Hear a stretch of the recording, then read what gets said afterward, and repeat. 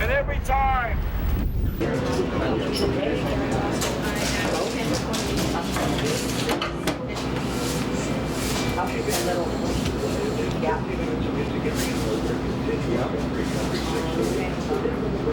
Your hand has just the right spot. This is soft. Just a little taut. More.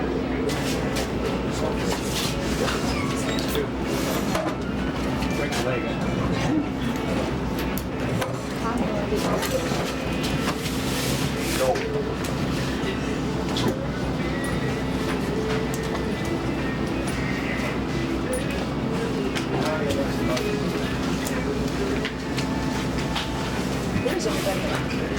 Hey, folks! What are you looking for? Let me stand around behind here.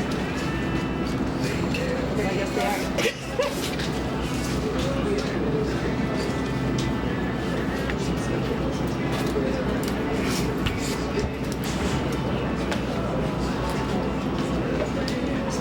You're going to come in that way. Does everybody have a copy? All of you here to the presentation of Choice's third alternative provincial budget, following immediately after our first alternative civic budget, which, as you know, had a very considerable impact on the outcome at the civic level. We're presenting serious options to what we anticipate will come forward in the provincial budget tomorrow. We're presenting a budget which, as you will see, will be saving services in a fiscally responsible way. We ask you to look seriously at not only what our options are, but also at those who are not going to be asked tomorrow by the provincial government to share in the pain of the budget. We'd like also to point out to you that we've chosen to unveil our third provincial budget here at Neechi Foods. We've done that for a reason. We think that Neechi Foods exemplifies the kind of community-based initiative that in the long run is going to solve Winnipeg's economic problems. This is a community-based action by local people who have taken the initiative to solve their economic problems, and we think that this is the way of the future. I'd like to introduce you briefly to those who will present the budget. John Loxley, who is the head of our budget team, will talk about the overall budget framework. Tom Sims, to John's left, will talk about our job creation program. And Jean Altemeyer will talk about the family services portion of the budget. And there will be others available for questions. Don Sullivan can respond to questions on environment. Half of the Choice's alternative cabinet with a new pair of shoes. Thank you, Jim. Reflections of social and political values. And the values which we are likely to see in tomorrow's budget are by and large not values to which we would subscribe. They would consist, we know already that they will consist of layoffs, cutbacks to services in health, education, family services, destruction of advocacy groups, reductions in payments to the poorest sections of society, and nothing to promote employment. In fact, quite the opposite.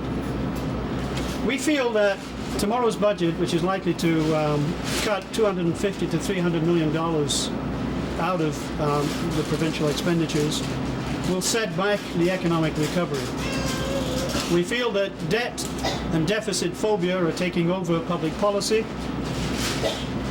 and in the process, the truth is being distorted.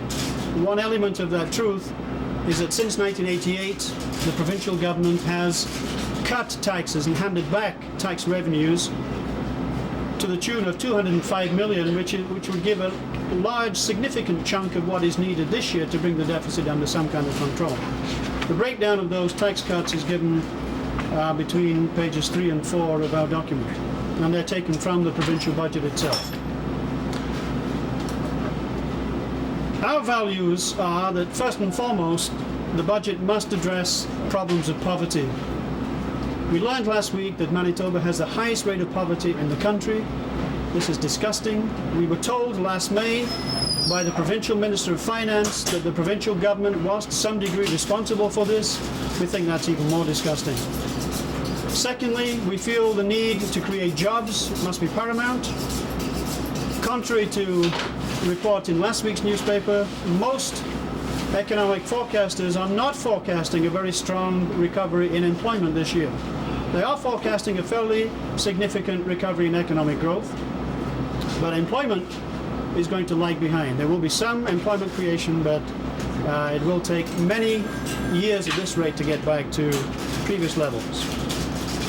We feel that services, essential services, and services to advocacy groups must be restored. And we feel that large savings in expenditure could be made by reducing the number of people on welfare. And for that reason, we have an employment creation program which is designed to do that, and then to shift expenditures to other areas of the budget. We also feel the need to reduce the operating deficit, and we suggest a principle by which to do that. We also feel that this must be done in a way that does not kill the economic recovery, and again, the employment program will ensure that. We, in fact, propose a modest increase in services, financed by a number of tax measures and other measures. And I would hate to read in tomorrow's news media that our budget is a tax hike budget, which is what we tend to hear. You'll see that these are quite creative and have little impact on ordinary Manitobans. Well, in terms of the outline of the budget, our starting point is a provincial budget. We might reach the 2.5 and we might reach the 5%, but without it, it's unlikely that we will. Our budget increases, if you turn to the program, reduces welfare payments by $70 million. Total spending, once you allow for that, increases by 2.3 gross domestic product. We have as a centerpiece of the budget a job creation program. I think the key component of the job creation program is that Choices wants a budget developed that works, and that not like the budget that'll be put out tomorrow. We'll see a lot of people put out of work. $1 employment creation and training initiative. Some of the aspects of the training initiative include a 6 example of long-term local economic development alternatives that can be generated from the bottom up.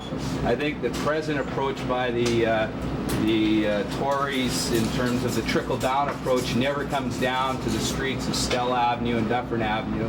And I think there's a need to be putting economic development resources in where it's going to impact the people with the greatest needs. We're also looking at an inter-city training and development fund. We also want to target programs for youth in terms of a graduate employment program, a skills utilization program, and a basic skills work program. We're anticipating that approximately 10,000 jobs will be created directly from this initiative. We're targeting the bulk of these jobs, approximately 7,000 of them, to be targeted to people who are recipients of social assistance.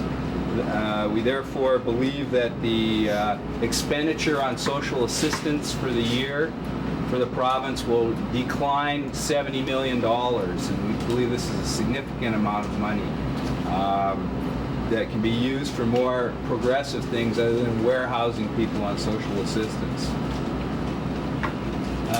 The fund will also be financed by increased sales and income taxes that will be accrued by having people working and not collecting assistance. As well, a number of the initiatives involve loans that will be repaid. So the total amount allocated for this fund is $250 million, of which as much as 2/3 of this expenditure will be recaptured by the government through savings in welfare costs and income tax and sales tax increases. Thanks, Tom. In terms of our expenditure breakdown, support for services. Part of that would be, in fact, an increase in the present rates because it's well recognized that present rates are insufficient and what often are causing people to have to resort to food banks.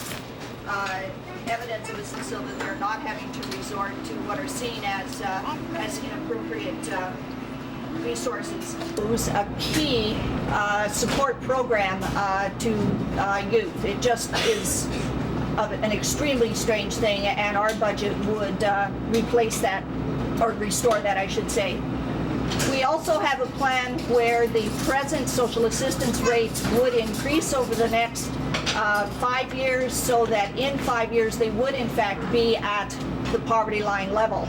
Now, given what's going on at the federal level where they're trying to change what's decided as poverty, we may be able to get to that line in 3 years as they decide that it's a lower and lower line. But we feel again that it is important to recognize the need for adequate levels of income. We would also restore and in fact increase funding to the Manitoba Anti-Poverty Organization and to the John Howard Society. The position the John Howard lost was a job-finding position for folks coming out of the institutions. That again seems a bizarre attitude when you talk about trying to increase and improve employment. We would also reverse the daycare changes. We would increase the funding overall to that budget, restore the funding to the Child Care Association, the Family Daycare Association, and would increase the subsidy assistance levels, the number of subsidized spaces, and the operating grants. Again, the kinds of cuts that were made here seem inappropriate. You've got people who rely on childcare as a way to enable them to go to school or to work. You take away the supports to the very groups that are the most vulnerable, which has been a theme of the cuts. We would do the same thing in terms of the organizations dealing with people with disabilities. And we would also increase the family services budget so that in fact the kind of preventive services that system was always supposed to supply would in fact be feasible. That system is more and more becoming strictly a mandated crisis intervention system. We again feel that's the wrong way to go if in fact you're serious about improving people's lives. We would also restore funding to the Creighton Flin Flon Crisis Center. All of these measures together would really only result in about 28 million total because of the fact that we would anticipate moving a large number of people off of social assistance. Thank you, Jean. Our budget would also provide a modest increase in the grant to municipalities, which would enable, for instance, the City of Winnipeg to restore all the cuts to the arts after giving Indian Reserve the power to retain their revenue. And we believe the Fiscal Stabilization Fund will have about $46 million in it when it will be finished. We would use that $46 million. This would leave us increasing rates, and without undermining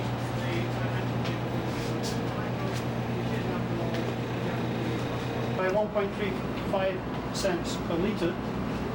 This would give us another $20 million and would leave our gas tax still 2 and more cents per litre. A number of ratios over the next 10 years. First of all, we believe that the operating deficit of the government, which is the official deficit, should be no greater than capital expenditure. And we would achieve that if we 1994 and 1996. We would bring down the proportion of taxes and income. We would bring down the proportion of government spending. We would bring down debt servicing. We would bring down debt. All of these things. We have aligned how we would do that on the last phase of the launch. So we feel that what we have here, when we realize that this is not a simple concept, we have an off-budget job creation program which maintains economic activity. So once we save money on welfare, we can maintain and enhance employment in the public sector and services in the public sector. In the medium term, the budget is fiscal responsibility of all the right ratios. Impact of your alternative budgets has actually been.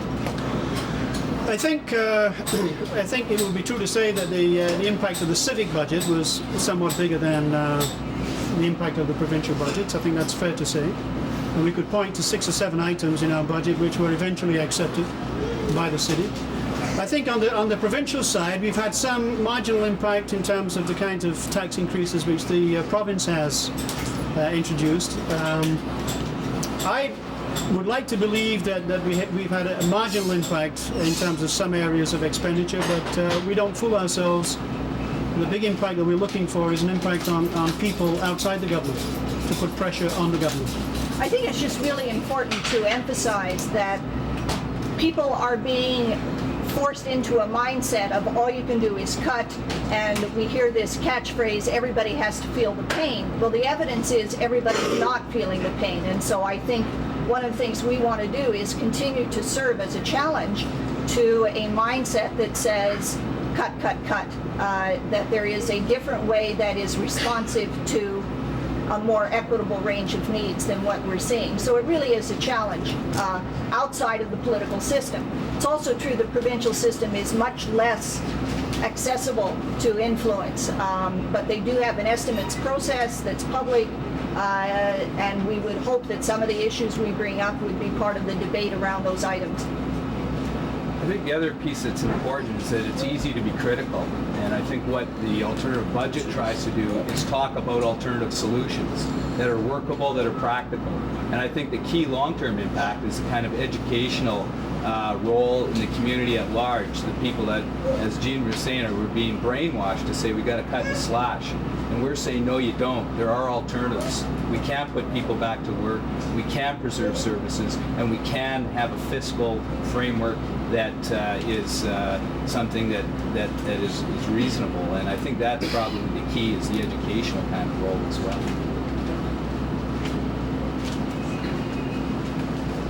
Are there any other questions?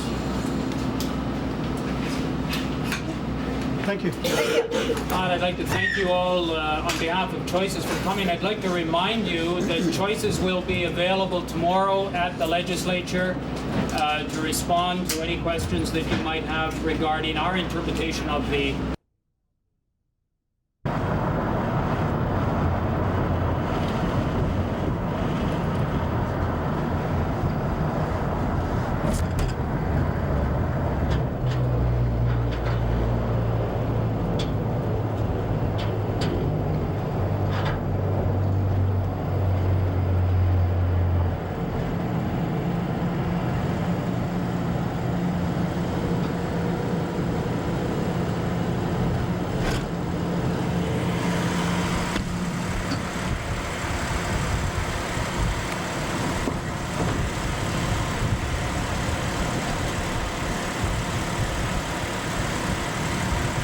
Two.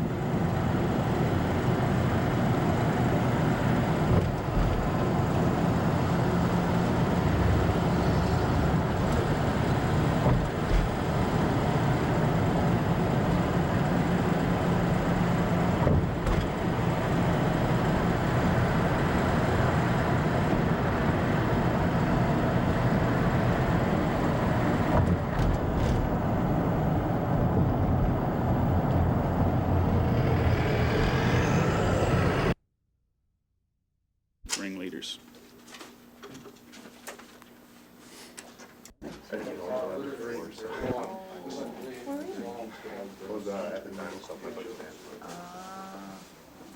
So you're hurting unit today. They said it drinks. I was drinking it.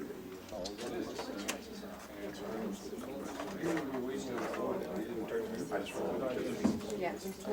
I figured it was junk here. I could just shoot it later if you wanted to buy it. Yeah. We had the evidence gathered over a period of time.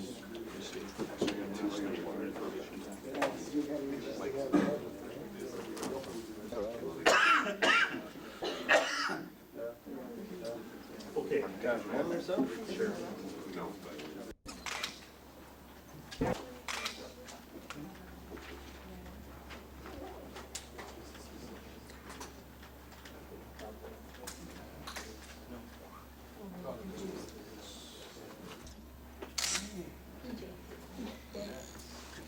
Start calling him Ray.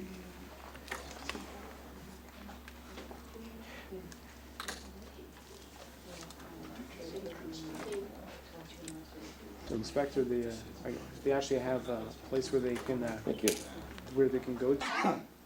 Okay.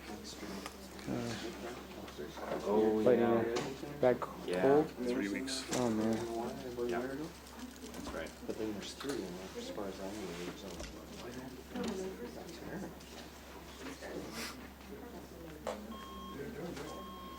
Do we have any idea? province like Manitoba.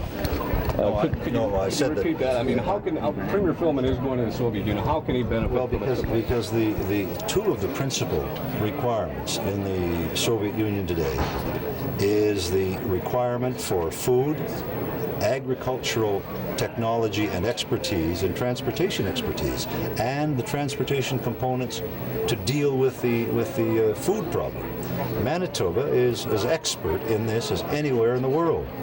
And this is a vast problem, probably the principal problem industrially in the Soviet Union, and Manitoba in many ways is uniquely equipped to deal with this. And so I think that Premier Philman's trip is extremely timely and very, very helpful, because he's going to bring together government expertise, technology, and the private sector. And that's what they need in the Soviet Union. So I think it's an excellent idea, and we're going to be as helpful as we can.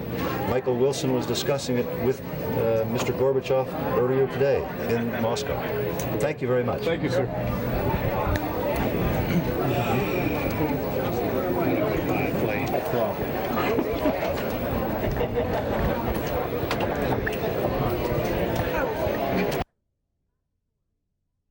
By the Tories in its attempts to reconvene that review meeting. A Liberal government would respect the parliamentary system and is committed to ensuring that the process allows full and open review. Another commitment of a Liberal government would be the appointment of board and committee members based on established criteria, most important of which would be merit. We would also establish a system which would allow a committee of the House to conduct a full public hearing of selected candidates for chairpersons of significant boards and committees like the Public Utilities Board. In the same vein,